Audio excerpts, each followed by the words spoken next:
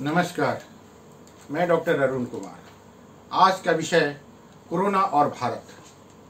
तीसरी लहर के लिए कितना तैयार है अपना देश भारत।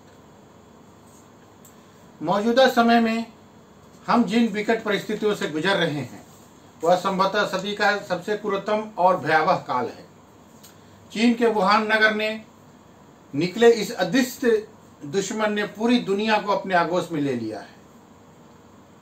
इसके चपेट में न केवल कमजोर अर्थव्यवस्था वाले देश अपितु विकासशील और विकसित अर्थव्यवस्था वाले देश भी आए हैं। इस वायरस ने सारी दुनिया की अर्थव्यवस्था की कमर तोड़ कर रख दी है। समूचा स्वास्थ्य तंत्र ध्वस्त हो चुका है। इस त्रासदी के बीच कई लोग अपने स्वास्थ्य से जूझ रहे हैं तो कई अपने को जूझते देख रहे हैं। एक बड़ी आबादी ने स्वजनों को खोया है। निराश, हताश और परेशान जनता के माथे के लकीरों पर बल पड़ने लगा तब उन्होंने धड़कनें बढ़ा देने वाली खबर सुनी। दूसरी लहर के बीच तीसरी लहर की चुनौती। National centre of biological sciences के पूर्व निदेशक रहे और मौजूदा केंद्र सरकार के प्रमुख वैज्ञानिक सलाहकार डॉक्टर कृष्ण स्वामी विजयराघवन ने आशंका व्यक्त की कि भारत में भी कोरोना की तीसरी लहर आ सकती है और इसे टाला नहीं जा सकता है। इस लहर से बच्चे सर्वाधिक प्रभावित होंगे। उन्होंने कहा, हालांकि अभी यह कहना मुश्किल है कि ये कब आएगी और कैसे प्रभावित करेगी, लेकिन इसके लिए हमें तैयार रहना होगा। उन्होंने कहा कि कोविड वैक्सीन मौजूदा वेरिएंट के खिलाफ कामयाब है। हालांकि भारत सहित दुनिया भर में इसके नए वेरिएंट सामने आएंगे। दुनिया भर के वैज्ञानिक इस अलग अलग किस्म के वेरिएंट का मुकाबला करने की तैयारी कर रहे हैं।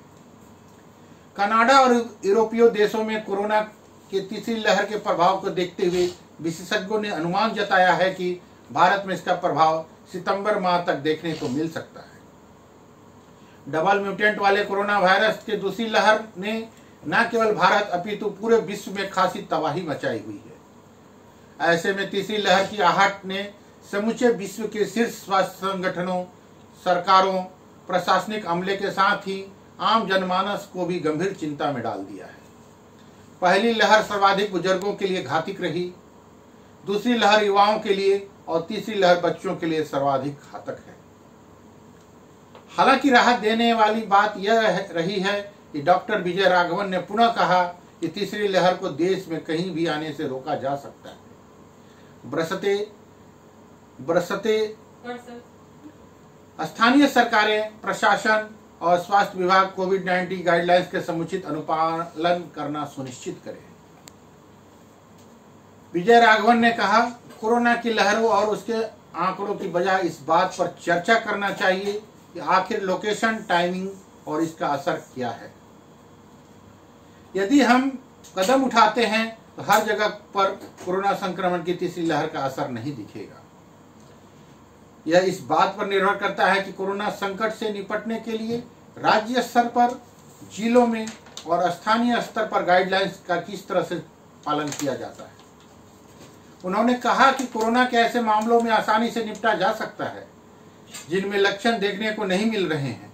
उन्होंने कहा कि यदि टेस्टिंग, ट्रीटिंग और कंटेनिंग के नियमों का फॉलो किया जाता है तो तीसरी लहर को असर को रोका जा सकता है।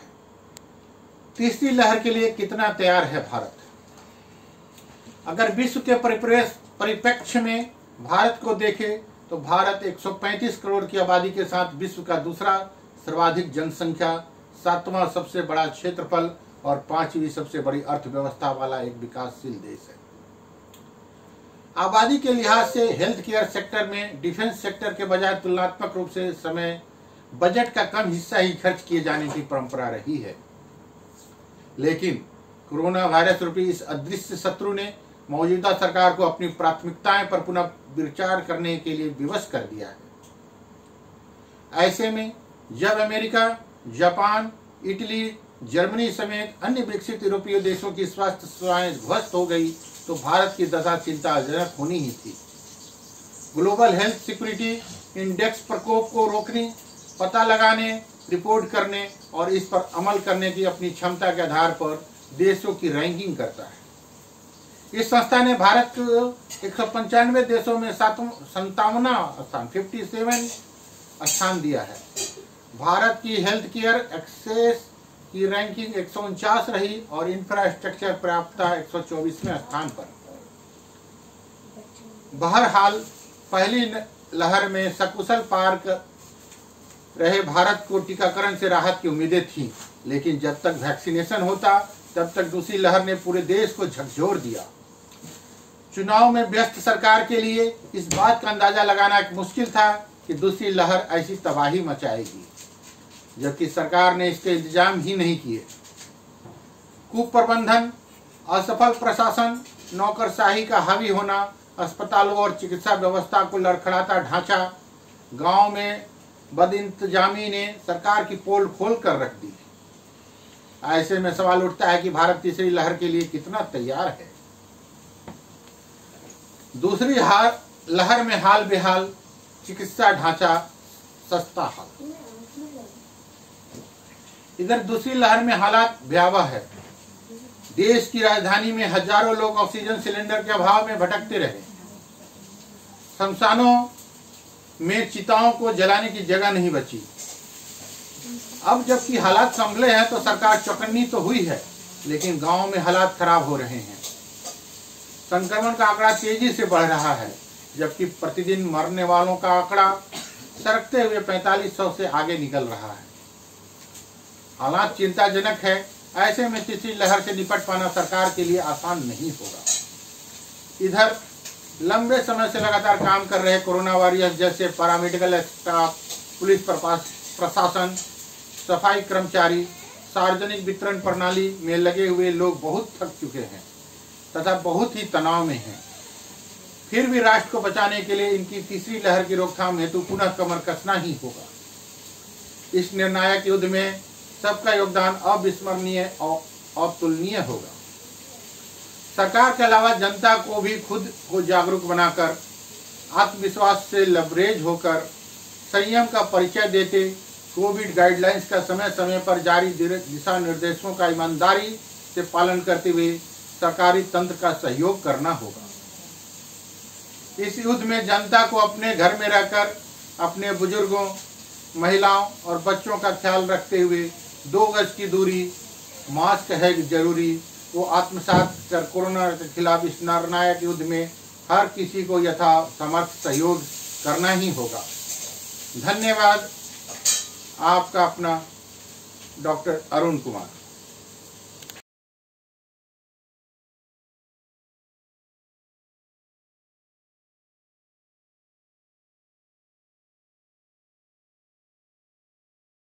नमस्कार। जानिए खाली पेट लहसुन खाने के फायदे। खाली पेट लहसुन खाने के कई फायदे हैं।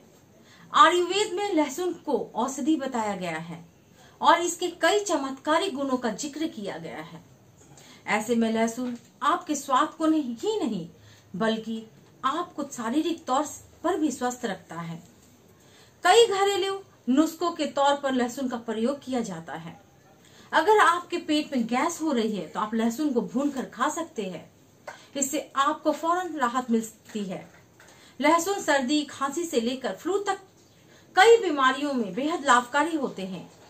आइए जानते हैं खाली पेट लहसुन खाने से क्या फायदे होते हैं। अगर आपको हाई ब्लड प्रेशर की समस्या है तो आप रोजाना खाली पेट लहसुन खाएं। दरअसल लहसुन में ब्लड प्रेशर को नियंत्रित करने के गुण होते हैं। बीपी में लहसुन खाने से फायदा मिलता है, इसलिए आप सुबह खाली पेट लहसुन चबा सकते हैं। आपको हाई बीपी की समस्या में आराम मिलेगा। लहसुन दिल से संबंधित समस्याओं के जोखिम को कम करता है। इसे खाने से खून का जमाव नहीं होता और दिल से संबंधित बीमारियों का खतरा कम रहता है। अगर आप दिल की बीमारियों से बचना चाहते हैं तो रोज सुबह लहसुन खाएं। आप शहद के मिश्रण के साथ लहसुन खा सकते हैं। इससे आपके ब्लड का सर्कुलेशन ठीक रहेगा। पेट की समस्याओं में खाली पेट लहसुन खाने से बेहद राहत मिलती है। अक्सर आप अपने घरों में देखा होगा कि एसिडिटी की समस्या वाले लोगों को घी में भुना लहसुन खाने की सलाह दी जाती है। आप लहसुन की कलियां खाली पेट खाते हैं तो आपका पाचन ठीक रहता है और कब्ज से लेकर गैस तक की सभी समस्याएं से छुटकारा मिलता है। खाली पेट लहसुन खाने से भूख खुलती है और डाइजेशन एकदम ठीक रहता है। लहसुन में एंटीबैक्टीरियल और दर्द निवारक गुण होते हैं। ऐसे में अगर आप खाली पेट लहसुन की एक कली चबाते हैं तो आपको सर्दी खांसी से लेकर वायरल तक का जोखिम कम रहता है। अगर आपके हाथ पैरों में झंझनाहट होती है तो खाली पेट लहसुन खाने से आपको इससे आराम मिलेगा। मैं ललिता कुमारी, धन्यवाद।